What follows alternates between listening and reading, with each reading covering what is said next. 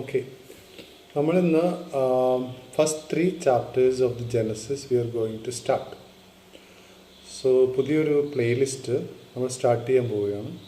പ്ലേലിസ്റ്റിൻ്റെ പേര് first 3 chapters of Genesis എന്നാണ്. First 3 chapters of Genesis. അപ്പം എന്തുകൊണ്ട് ഈ സീരീസ് എന്നുള്ളതാണ് എൻ്റെ ഒരു കാര്യം. എന്തുകൊണ്ടാണ് നമ്മൾ ആദ്യത്തെ 3 ചാപ്റ്റേഴ്സ് എടുക്കുന്നത്? അതിന് ചില കാരണങ്ങളുണ്ട്. ഒന്നാമത്തെ കാരണം എന്ന് പറഞ്ഞാൽ അതിൻ്റെ importance of creation. Actually 4 things, 4 കാര്യങ്ങൾ ഇവിടെ സംഭവിക്കുന്നുണ്ട്. ഒന്നാമത് creation of the world universe all together, and then the creation of man and woman, Adam and Eve, and then their fall, third one. ഒന്നാമത്തത് സൃഷ്ടി അതിന് ഇമ്പോർട്ടൻസ് ആണ് ഞാൻ പറയുന്നത്, ഇതിന് പ്രാധാന്യം. ഒന്നാമത്തത് സൃഷ്ടി, ദൈവം നടത്തുന്ന സൃഷ്ടികർമ്മം ഒന്നാമത്. രണ്ടാമത്തത് ദൈവം മനുഷ്യനെ സൃഷ്ടിച്ചു, ആദത്തെയും ഹവ്വയും സൃഷ്ടിച്ചു, രണ്ടാമത്തത്.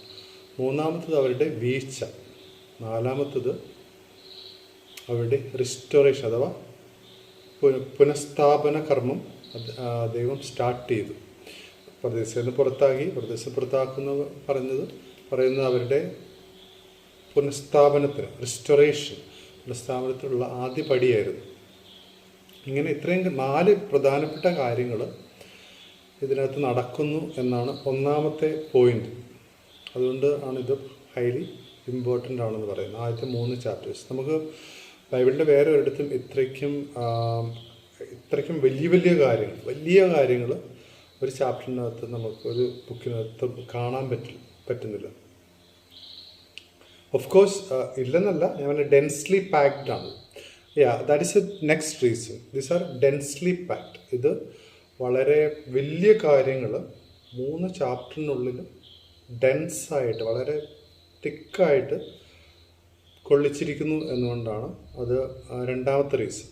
കാരണം വലിയ കാര്യങ്ങളാണ്. ആ സൃഷ്ടി, ഈ ലോകം മുഴുവൻ സൃഷ്ടിച്ചു ദൈവം, അത് ഒരു ചാപ്റ്ററിനകത്താണ്.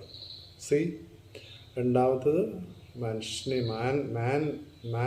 മനുഷ്യനെ സൃഷ്ടിച്ചു, ആദം ഹവ്വയെ സൃഷ്ടിച്ചു. മൂന്നാമത്തത് അവൻ്റെ വീഴ്ച. നാലാമത്തത് റിസ്റ്റോറേഷൻ പ്ലാൻ അഥവാ പുനഃസ്ഥാപനത്തിൻ്റെ തുടക്കം.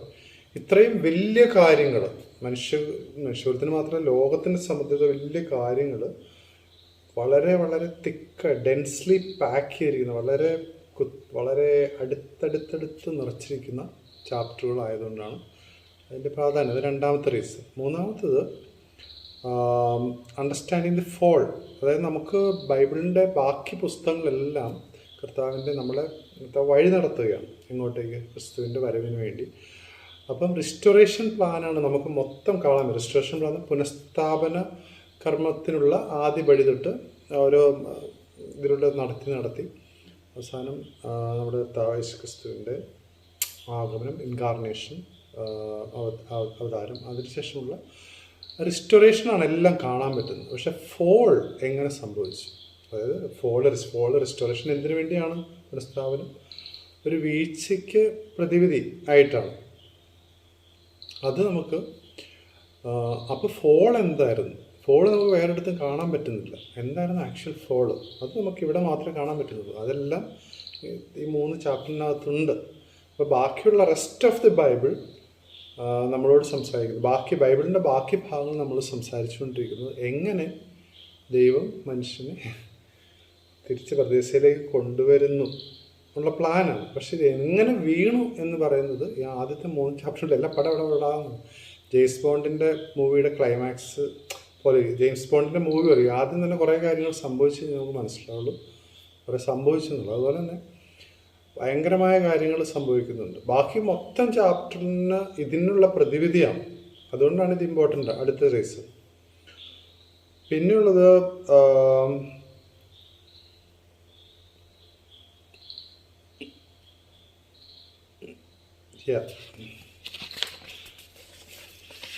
പിന്നുള്ളത് ചോയ്സസ്.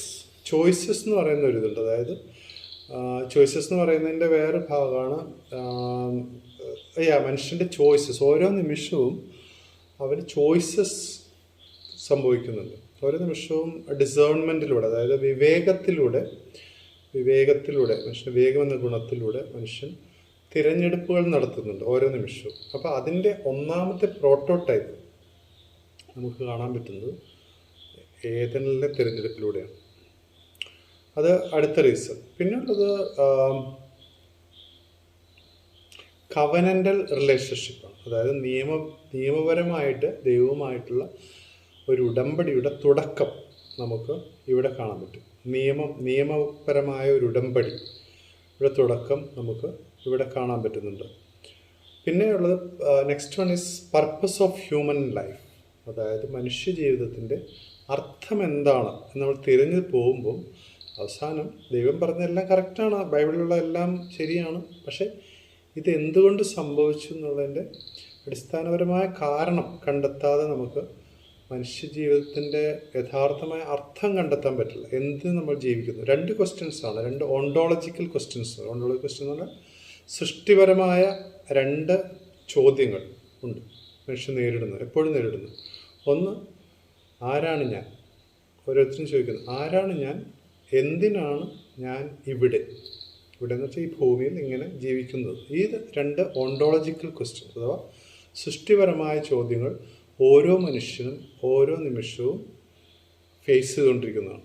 കാരണം അവൻ എന്തിനാണ് ഇവിടെ, അവൻ ആരാണ് ഞാൻ? ഒന്നാമത്തത്. രണ്ടാമത്തത്, എന്തിനാണ് ഞാൻ? എന്തിനാണ് ഞാൻ ഇങ്ങനെ ജീവിക്കുന്നത്? ദൈവം എന്നെ ഇങ്ങനെ ആക്കി വെച്ചിരിക്കുന്നു. ഈ രണ്ട് ചോദ്യങ്ങൾ ഓരോ നിമിഷവും ഓരോ മനുഷ്യൻ ചോദിച്ചുകൊണ്ടിരിക്കുകയാണ്. അതിനുള്ള മറുപടിയിലേക്ക്, അതിനുള്ള സത്യത്തിലേക്ക് ഒരാൾ പോകുമ്പം അയാൾ തീർച്ചയായിട്ടും ഉൽപ്പത്തി അഥവാ ആദ്യ പുസ്തകം, ഉൽപ്പത്തി എന്ന് മാത്രമല്ല ഓർത്തഡോക്സ് ബൈബിളിലെ ആദ്യ പുസ്തകം എന്ന് പറയുന്നത് ഇംഗ്ലീഷിൽ ജനസിസ്, ആദ്യ പുസ്തകത്തിലേക്ക് നമ്മൾ തിരിച്ചു പോയി ഇവിടെ എത്തിച്ചേരാതെ നമുക്ക് അതിൽ യഥാർത്ഥമായ ഒരു ഉത്തരം നമുക്ക് കണ്ടെത്താൻ, കാരണം ഇതിനൊരു മറുപുറമുണ്ട്.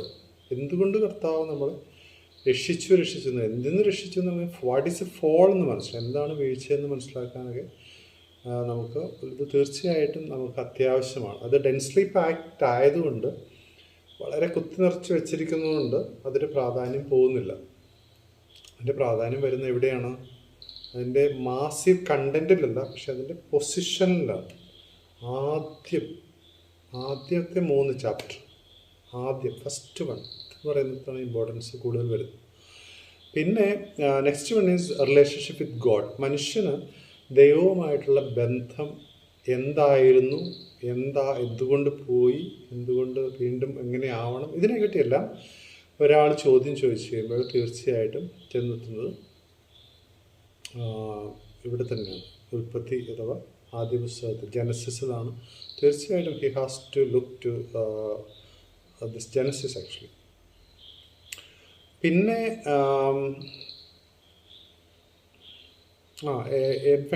എൻവയൺമെൻറ്റുമായിട്ടുള്ള, അതായത് റിലേഷൻഷിപ്പ് ദൈവവുമായിട്ടുള്ള റിലേഷൻഷിപ്പ് മാത്രമല്ല, ചുറ്റുപാടുകളുമായിട്ടുള്ള, അതായത് നമ്മുടെ എൻവയൺമെൻറ്റ് നമ്മളുടെ ചുറ്റുപാടുകൾ, പരിസരങ്ങളുമായിട്ടുള്ള, നമ്മുടെ പ്രകൃതിയുമായിട്ടുള്ള ബന്ധം എന്തായിരുന്നു, എന്തുകൊണ്ട് പോയി, എന്താവണം, ഇതിനെപ്പറ്റിയെല്ലാം നമുക്ക് ഇത് കിട്ടും. പിന്നെ എങ്ങനെ കറപ്റ്റഡായി, അതെങ്ങനെ കറപ്ഷൻ എവിടെ വന്നു, ദൈവമായിട്ടുള്ള ബന്ധം എങ്ങനെ കറപ്റ്റഡായി, എൻവയൺമെൻറ്റുമായിട്ടുള്ള ബന്ധം എന്ത് കറപ്റ്റഡായി, പ്രകൃതിയുമായിട്ടുള്ള ബന്ധം എങ്ങനെ കറപ്റ്റഡായി, അതായത് എങ്ങനെ അതിനുള്ള ഒരു ഉദാഹരണത്തിന് ഒരു പ്രെഡറ്റർ പ്രേ സിസ്റ്റം ഉണ്ട് ഭൂമിയിൽ. പ്രെഡറ്റർ പ്രേ എന്ന് പറഞ്ഞാൽ സിംഹം കൊന്നു തിന്ന് ജീവിക്കുന്നവനാണ്. പക്ഷെ ഒരു മാൻ എന്ന് പറയുന്നത്, മാൻ പച്ചസസ്യമാണ് തിന്നുന്നത്. പക്ഷേ മാന് ജീവിക്കാനുള്ള അവകാശമുണ്ട്. അതുപോലെ തന്നെ സിംഹത്തിന് ജീവിക്കാനുള്ള അവകാശമുണ്ട്. പക്ഷെ സിംഹം എങ്ങനെ ജീവിക്കുന്നത്? സിംഹം മാനെ കൊന്നേ പറ്റുള്ളൂ, പക്ഷെ മാന് ജീവിക്കണ്ടേ? അപ്പോൾ അതൊരു something is wrong there. This order has been somehow broken. ഇപ്പം മാനും ജീവിക്കണം, സിംഹത്തിനും ജീവിക്കണം, രണ്ടുപേർക്ക് ജീവിക്കാൻ പറ്റുമോ? പ്രെഡറ്റർ പ്രേ സിസ്റ്റത്തിനകത്ത് അത് പറ്റത്തില്ല. എന്തുകൊണ്ട് സിംഹം മാനെ തിന്നുന്നു? കാരണം മനുഷ്യൻ ആദ്യം ദൈവം ക്രിയേഷൻ നടത്തിയപ്പം എല്ലാവർക്കും പച്ചസസ്യമായിരുന്നു ആഹാരങ്ങൾ. ഇപ്പോൾ സിംഹം പുല്ല് തിന്നുന്നു എന്നാണ് ഉദ്ദേശിച്ചതെന്ന് ചോദിച്ചു കഴിഞ്ഞാൽ എനിക്കറിയില്ല അതൊക്കെ മറ്റേ എന്താണ് സയൻറ്റിസ്റ്റിനോട് അവരോട് യുക്തിവാദികൾ പറഞ്ഞ് അവർ പറയും അങ്ങനെയല്ല, ഇങ്ങനെയാണ്. കാരണം കുടലിൻ്റെ നീളം അല്ലെങ്കിൽ ഡൈജസ്റ്റീവ് സിസ്റ്റത്തിൻ്റെ നീളം കുറവാണ്. ദേ ആർ കാർണിവോറസ്, അവർ സസ്യഭുക്കുകളാണ്, നമുക്ക് കൂടുതലുണ്ട്, അങ്ങനെയൊക്കെ പറയും. പക്ഷെ നമ്മളിതിൻ്റെ റിസ്റ്റോറേഷനിലോട്ട് വരുമ്പോൾ നമുക്ക് കാണാൻ പറ്റുന്നത് എന്താണ്, സിംഹം മാനോടൊപ്പം പുല്ല് തിന്നും എന്ന് പറയുന്നുണ്ട്. ഉൽപ്പത്തിയിൽ ഇവിടെ പറയുന്നുണ്ട്. അതായത് ഒരാളൊരു പ്രെഡറ്റർ പ്രേ സിസ്റ്റം, സസ്യം എന്ന് പറഞ്ഞു കഴിഞ്ഞാൽ ആദ്യം നമുക്ക് ഭക്ഷിക്കാൻ വേണ്ടി ദൈവം തന്നിരിക്കുന്നതാണ്. പക്ഷേ ഈ മൃഗങ്ങളെ കൊല്ലുക എന്ന് പറയുന്നത് ഒരു സിസ്റ്റത്തിലോട്ട് മാറുന്നത് ഫോളിലൂടെ ഒരു ഇതിലൂടെയാണെന്നാണ് ഒരു ഇൻഡയറക്റ്റ്ലി പറയുന്നത്. കാരണം അതിൻ്റെ റിസ്റ്റോറേഷൻ പ്ലാനിന് വരുമ്പോഴാണ് നമ്മൾ ട്രവലേഷൻ സന്ധിക്ക് വരുന്നത് എന്താണ്, സിംഹം മാനോടൊപ്പം പുല്ല് തിന്നും എന്ന് പറയുന്ന ഒരു ഇതുണ്ട്. അതായത് അതുപോലെ കുട്ടികൾ അണലിയുടെ പാമ്പിൻ്റെ കൈയിടും, അങ്ങനെ എല്ലാം ഇതായിട്ട് ജീവിക്കും എന്നൊക്കെ പറയുന്ന ഒരു ഇതുണ്ട്. അതായത് റിസ്റ്റോറേഷൻ പ്ലാൻ്റെ അത്. അപ്പോൾ തീർച്ചയായിട്ടും അവിടെ എന്തോ സംതിങ് ഹാപ്പൻ. കറപ്റ്റഡ് റിലേഷൻഷിപ്പ് എന്ന് മാത്രമേ ഉദ്ദേശിച്ചുള്ളൂ. ഇനി I am not going to detail. So people can argue that മനുഷ്യർക്ക് തർക്കിക്കാൻ പറ്റും. കാരണം അവരുടെ ഡൈജസ്റ്റീവ് സിസ്റ്റം ഈസ് റിയലി അതിന് വേണ്ടിയാണ്, മൃഗങ്ങളെ കൊന്നതിന് വേണ്ടിയാണെന്ന് പറഞ്ഞ് it's okay. Anyway it's another dimension. Anyway I am not going into the dispute problems of dispute. Then എന്താണ് നെക്സ്റ്റ് വൺ ഈസ്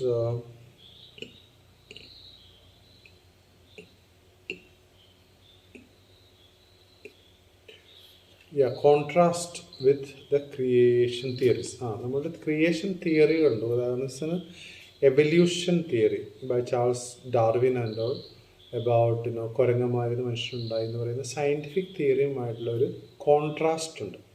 ദൈവം മനുഷ്യൻ സൃഷ്ടിച്ചു എന്ന് പറയുമ്പോൾ ഡയറക്റ്റ് സൃഷ്ടിക്കുകയാണ്. പക്ഷേ ചാൾസ് ഡാർവിൻ പറയുന്നത് അനുസരിച്ചിട്ട് കുരങ്ങന്മാരിൽ നിന്നാണ് ഉണ്ടായത്. അതിന് വേറെ തിയറി ഉണ്ട്. അത് contrast with the creation theory എന്ന് പറയുന്നത് കൊണ്ടും ഇത് ഇമ്പോർട്ടൻ്റ് ആണ്. Next one is God's character. ദൈവത്തിൻ്റെ സ്വഭാവം എന്താണ് എന്ന് മനസ്സിലാക്കാൻ നമുക്ക് ജനസിസ് പോയേ പറ്റുള്ളൂ. ദൈവം ആദ്യം എന്തായിരുന്നു. കാരണം ഫോൾ എന്ന് പറയുന്നത് ഒരു even though looks like fall ആദ്യത്തെ ഒരു ഇത് പറഞ്ഞിട്ടുള്ളെന്ന് വെച്ചിട്ട് ഫോൾ ഒരു ബുക്ക് എടുത്തു കഴിഞ്ഞാൽ, ഒരു മൂവി സംതിങ് എടുത്തു കഴിഞ്ഞാൽ, ഫോൾ എന്ന് പറയുന്നത് ഒരു ഇൻസൈറ്റിംഗ് ഇൻസിഡൻറ്റ് ആൻഡ് സ്റ്റണ്ണിങ് സർപ്രൈസാണ്. ഇത് ഇത്രയും നേരത്തെ വരേണ്ട ഒരു ഘടകമല്ല. ബൈബിൾ മൊത്തം ഒരു മൂവിയായിട്ട് എടുത്തു കഴിഞ്ഞാൽ നമുക്ക് ഇവിടെ വരേണ്ട ഒരു കാര്യമല്ല ഇത് ഇൻസൈറ്റിംഗ് ഇൻസിഡൻറ്റ്.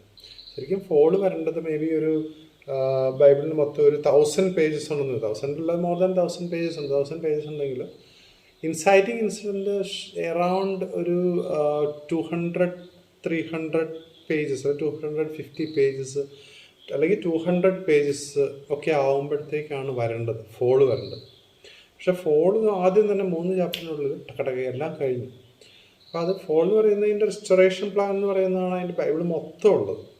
അപ്പോൾ അതുകൊണ്ട് തന്നെ ദൈവത്തിൻ്റെ സ്വഭാവം ഫോളിന് മുമ്പ് എന്തായിരുന്നു, ഫോള് കഴിഞ്ഞപ്പോൾ എന്തായി, അതിനുശേഷം എന്തായാലും തീർച്ചയായിട്ടും ജനസിസിൻ്റെ ആദ്യത്തെ 3 ചാപ്റ്ററുകൾ, അതായത് ഈ സീക്വൻസിൽ 4 കാര്യങ്ങൾ സംഭവിക്കുന്നുണ്ട്. സൃഷ്ടി, യൂണിവേഴ്സിൻ്റെ സൃഷ്ടി, ലോകത്തിൻ്റെ സൃഷ്ടി, മനുഷ്യൻ്റെ സൃഷ്ടി, മനുഷ്യൻ്റെ പതനം, എലോങ് വിത്ത് ഹിം മനുഷ്യൻ്റെ കൂടെ എല്ലാത്തിനും പതനം സംഭവിച്ചു. പിന്നെ ദൈവത്തിൻ്റെ റിസ്റ്റോറേഷൻ, പുനഃസ്ഥാപനത്തിനുള്ള സ്റ്റാർട്ടിംഗ് പോയിന്റ്. ഇത്രയും കാര്യങ്ങൾ വരുന്നുണ്ട്. അത് വളരെ ഇമ്പോർട്ടൻ്റ് ആണ്. പിന്നെ മാൻ വുമൺ റിലേഷൻഷിപ്പ്, അടുത്തത് മനുഷ്യനും ആണും പെണ്ണുമാണ്. അതായത് Adam and eve, man woman, ആണും പെണ്ണും തമ്മിലുള്ള റിലേഷൻഷിപ്പ്, ആദവും ഹവ്വയും തമ്മിലുള്ള റിലേഷൻഷിപ്പും, മാരേജിൻ്റെ ഇമ്പോർട്ടൻസ്, ഇതെല്ലാം ഇതിനകത്ത് വരുന്ന ഫാക്ടേഴ്സാണ്. കാരണം ഇത് മാൻ വുമൺ റിലേഷൻഷിപ്പ് എല്ലാമായിട്ടുള്ള ഏറ്റവും കൂടുതൽ കറപ്റ്റഡ് ആയതും ഏറ്റവും കൂടുതൽ ചേഞ്ചസ് വന്നതും എന്താണ്, ദൈവവും മനുഷ്യനുമായിട്ടുള്ള ചേഞ്ചസ് വന്നു. അതുപോലെ തന്നെ മനുഷ്യനും ആണും പെണ്ണുമായിട്ടുള്ളതിനും ആഡവും ഹവ്വയായിട്ടുള്ള ഇതിനും വ്യത്യാസം വന്നു, ഭയങ്കരമായിട്ട് വ്യത്യാസം വന്നു. അത് 3 സ്റ്റേജിൽ മുമ്പുള്ള ഫോളിന് മുമ്പ്, ഫോള് കഴിഞ്ഞപ്പം, അത് കഴിഞ്ഞിട്ട് ദൈവത്തിൻ്റെ റിസ്റ്റോറേഷൻ തുടങ്ങിയപ്പോൾ, ഇത്രയും സ്റ്റേജസ് ഉണ്ടായിരുന്നത്. പിന്നെ നേച്ചർ ഓഫ് ദി എനിമി, അതായത് പിശാചിൻ്റെ സ്വഭാവം. പിശാചിൻ്റെ എനിമി ആണ് ദൈവം, കർത്താവ് യേശു ക്രിസ്തു നമ്മളോട് പറഞ്ഞു, എനിമി, ശത്രു. പിശാച്, ആകൽക്കർസ എന്നാണ് സുറിയാനി പേര്, ആകൽക്കർസ. എനിമി, ശത്രുവിൻ്റെ സ്വഭാവം എന്താണെന്ന് മനസ്സിലാക്കാൻ നമുക്ക്, കാരണം നമ്മുടെ ഈ ഹവ്വയെ ടെസ്റ്റ് ചെയ്യുന്നതിലൂടെയാണ് നമുക്ക് മനസ്സിലാവുന്നത്. ഹവ്വയുടെ ടെസ്റ്റ്, ഹവ്വയുടെ ടെംപ്റ്റേഷനിലൂടെ നമുക്ക് ഏകദേശം നമുക്ക് ധാരണ കിട്ടും എനിമി. പിന്നെ നമുക്ക്, കാരണം ഇതിൻ്റെ കോംപ്ലിമെൻ്ററി തിങ് ആണ് നമ്മുടെ കർത്താവ് യേശു ക്രിസ്തു മരുഭൂമിയിൽ വെച്ച് 40 ദിവസം നോമ്പ് അനുഷ്ഠിച്ചു. അതിനുശേഷം the enemy came and tested him. അപ്പോൾ ഇത് രണ്ടും കൂടെ ചേർത്ത് വെക്കുമ്പോഴാണ് നമുക്ക് എന്താണ് റിയൽ ആയിട്ടുള്ളത്. അപ്പോൾ അതിനുവേണ്ടി ഇത് ഭയങ്കര ഇമ്പോർട്ടൻ്റ് ആണ്. ഹവ്വയുടെ ശത്രുവിൻ്റെ സ്വഭാവം എന്താണ്, എങ്ങനെയാണ് അവൻ നമ്മളെ ടെംപ്റ്റ് ചെയ്യുന്നത്, എങ്ങനെയാണ് നമ്മളെ അതിൽ പ്രലോഭനത്തിലും അല്ലെങ്കിൽ ഇതിലൊക്കെ ഉൾപ്പെടുത്തുന്നതെന്ന് അറിയാൻ വേണ്ടി ഇത് ഭയങ്കര ഇമ്പോർട്ടൻ്റ് ആണ്. പിന്നെ ഫോർമുല ഓഫ് സാറ്റിസ്ഫാക്ഷൻ, അതായത് 2 formulas of satisfaction. 2 formula satisfaction എന്ന് പറഞ്ഞാൽ ലോജിക്കുകൾ, അതായത് സംതൃപ്തിക്കുള്ള 2 ലോജിക്കുകൾ. ആരാണ് ഇപ്പോൾ ഫോർവേഡ് ചെയ്യുന്നത്? കർത്താവ് തന്നെ പറയുന്നുണ്ട്, ദൈവം തന്നെ പറയുന്ന 2 വൃക്ഷങ്ങളുണ്ട്. ചോയ്സസ് എന്ന് പറയുന്നത് നമ്മൾ സെലക്ഷൻ, ഇത് തിരഞ്ഞെടുപ്പ് എന്നുള്ള ഞാൻ നേരത്തെ പറഞ്ഞതിൻ്റെ കൂടെ വരുന്നതാണിത്. നിങ്ങൾക്ക് വേണമെങ്കിൽ ഇതിൽ നിന്ന് തിരഞ്ഞെടുക്കാം, ഈ വൃക്ഷത്തിൽ നിന്ന് എടുക്കാം, അല്ലെങ്കിൽ ആ വൃക്ഷത്തിൽ നിന്ന് എടുക്കാം. ജീവൻ വൃക്ഷം അല്ലെങ്കിൽ നന്മന്മയുടെ വൃക്ഷം തിരഞ്ഞെടുക്കാം എന്ന് പറയുന്ന 2 ലോജിക്കുകൾ, അതായത് നിങ്ങളുടെ സംതൃപ്തി ഉള്ള ലോജിക്കുകൾ. ഒന്ന് യഥാർത്ഥമായതും മറ്റത് മിഥ്യയായതും, അതായത് കൗണ്ടർഫെയ്റ്റ് എന്ന് പറഞ്ഞാൽ വ്യാജമായതും സത്യമായതുമായ തിരഞ്ഞെടുപ്പുകളുടെ 2 ഫോർമുലകൾ തമ്മിലുള്ള വ്യത്യാസവും അതിനെങ്ങനെ പിശാച് അല്ലെങ്കിൽ എനിമി എങ്ങനെ അതിനെ പ്രേരിപ്പിക്കുന്നു, ഒരു മനുഷ്യനെ എങ്ങനെയൊക്കെ പ്രേരിപ്പിക്കുന്നു എന്നുള്ളത് നമുക്ക് ഈ ഒരു ഇതിലൂടെ കൃത്യമായിട്ട് മനസ്സിലാക്കാൻ പറ്റും. അതൊരു ഫോർമുല ഓഫ് സാറ്റിസ്ഫാക്ഷൻ. ആ ഫോർമുല ഓഫ് സാറ്റിസ്ഫാക്ഷൻ കഴിയുമ്പോൾ അത് ഞാൻ പറയുന്ന ഫോർമുല ഓഫ് സാറ്റിസ്ഫാക്ഷൻ എന്നാണ് ലോജിക്. അത് കഴിഞ്ഞപ്പം എനിമിയുടെ ഇത് കഴിഞ്ഞപ്പം എന്ത് സംഭവിച്ചു, അതായത് ജീവവൃക്ഷത്തിൻ്റെ ഫലം അവിടെ ഉണ്ടായിരുന്നു, അത് അവർ കഴിച്ചില്ല, അതിന് പകരം മറ്റത് കഴിച്ചപ്പോൾ അവർക്ക് എന്ത് സംഭവിച്ചു, ഇതെല്ലാം നമുക്ക് ഇതിലൂടെ ഈ 3 ചാപ്റ്ററിലൂടെ കൃത്യമായിട്ട് കാണാൻ പറ്റും.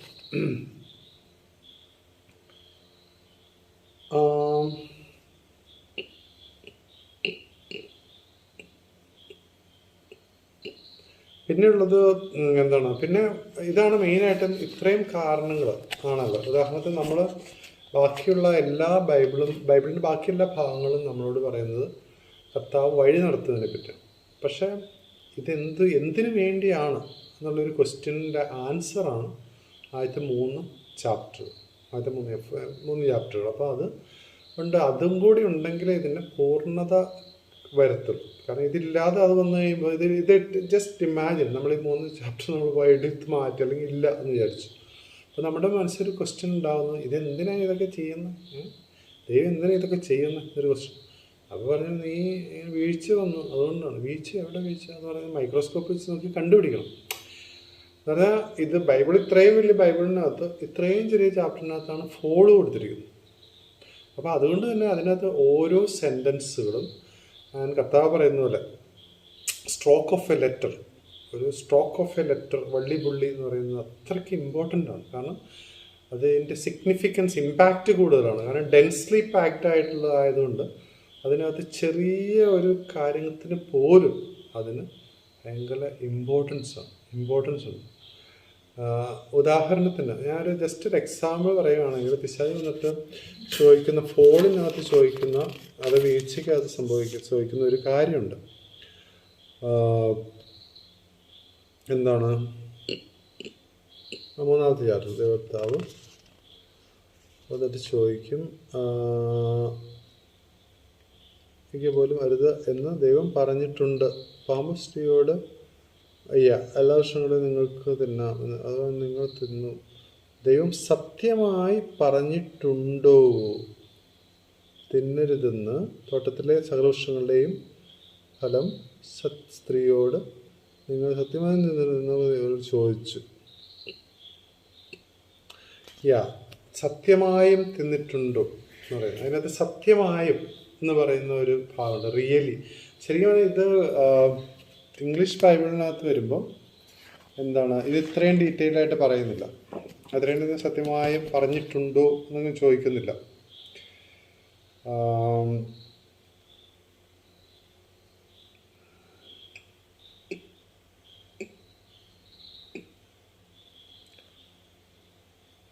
Did God really say, yeah that's what.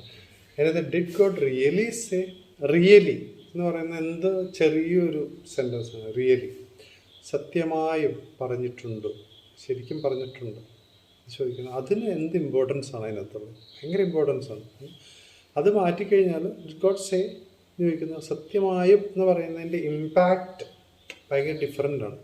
അതുപോലും ഭയങ്കരമായിട്ടുള്ള ഇമ്പോർട്ടൻസ് ആണ് അതിനകത്ത് വരുന്നത്. അതുകൊണ്ട് തന്നെ സ്ട്രോക്ക് ഓഫ് എ ലെറ്റർ പോലും നമുക്ക് 3 ചാപ്റ്ററിനകത്തൊന്നും എടുത്തു മാറ്റാൻ പറ്റില്ല. അത്രയ്ക്കും ഇമ്പോർട്ടൻ്റ് ആണ്. അപ്പോൾ ഇതിനകത്ത് മൊത്തം എത്രയാണ് വരുന്നത്? 3 ചാപ്റ്ററാണ് നമ്മൾ ഡിസ്കസ് ചെയ്യുന്നുള്ളൂ. ഇപ്പോൾ ഈ സീരീസിനകത്ത് മൊത്തം ഇത്രയും ഡിസ്കസ് ചെയ്യുന്നുള്ളൂ.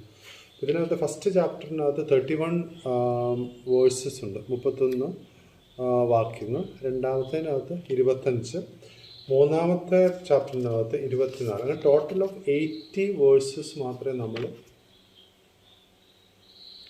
80 വേഴ്സസ് മാത്രമേ നമ്മൾ ഇതിനകത്ത് ശരിക്കും ഡിസ്കസ് ചെയ്യുന്നുള്ളൂ. അപ്പം അത് ഓരോ വേഴ്സും will make it as one episode, ഒരു റെക്കോർഡിംഗ് ആയിട്ട്, അത് ഒരു 1 എപ്പിസോഡായിട്ട് നമ്മൾ പ്രൊഡ്യൂസ് ചെയ്യാനാണ് ഉദ്ദേശിക്കുന്നത്. ഒരു വേഴ്സ് ഒരു എപ്പിസോഡ്. കാരണം അത്രയ്ക്കും ടു മച്ച് ഡീപ്പ് ആൻഡ് പ്രൊഫൗണ്ടാണ്. ഡീപ്പ് ആൻഡ് പ്രൊഫൗണ്ട് ആയതുകൊണ്ട് തന്നെ ഒരു സെൻറ്റൻസ്, ഒരു വേഴ്സ്, ഒരു വാക്യം, ഒരു എപ്പിസോഡ്, ഒരു റെക്കോർഡിങ്, ഒരു എപ്പിസോഡ് ആയിട്ടാണ് ചെയ്യാൻ ഉദ്ദേശിക്കുന്നത്. അപ്പം യാ ഓഫ് കോഴ്സ്. സോ 80 വേഴ്സസ് ആണ്, 80 വേഴ്സസ് ടോട്ടലി 3 ചാപ്റ്റേഴ്സ് ടുഗെദർ. അങ്ങനെയാണ് നമ്മൾ ഉദ്ദേശിക്കുന്നത്. അപ്പോൾ ഇതൊക്കെയാണ് അതിൻ്റെ ഇമ്പോർട്ടൻറ്റ് ഫാക്ടേഴ്സ്. ഇതെല്ലാമാണ് വരുന്നത്. So this is an introduction. ഇതൊരു ഇൻട്രൊഡക്ഷൻ മാത്രമാണ്. നമുക്കത് കണ്ടിന്യൂ ചെയ്യാമെന്ന് വിചാരിക്കുന്നു. It has some research, we need some research. നമുക്ക് റിസർച്ച് തീർച്ചയായിട്ടും വേണ്ടി വരും. പക്ഷെ നമ്മൾ അത് ഓരോ വേർഡ് ബൈ വേർഡായിട്ട്, കാരണം അതിനെപ്പറ്റി ഒരുപാട് ക്രോസ് റെഫറൻസസുകൾ അവിടെ ഇവിടെയൊക്കെ വരുന്നുണ്ട്. അതുകൊണ്ട് നമുക്ക് അങ്ങനെ ചെയ്യാമെന്ന് വിചാരിക്കുന്നു. വേറെ എന്താ പറയുക, വേറെ ഒന്നും പറയാനില്ല. പിന്നെ സീക്വൻസ് ഓഫ് ക്രിയേഷൻ നമുക്ക് ബാക്കി ഡിസ്കസ് ചെയ്യാം. It is A short introduction. Next we directly jump into the first verse of the chapter 1 into the next episode, and we hope we will continue in God. We hope in God. Okay, may God bless all. Thank you very much. Thanks a lot. Have a great and wonderful day ahead. Thank you very much.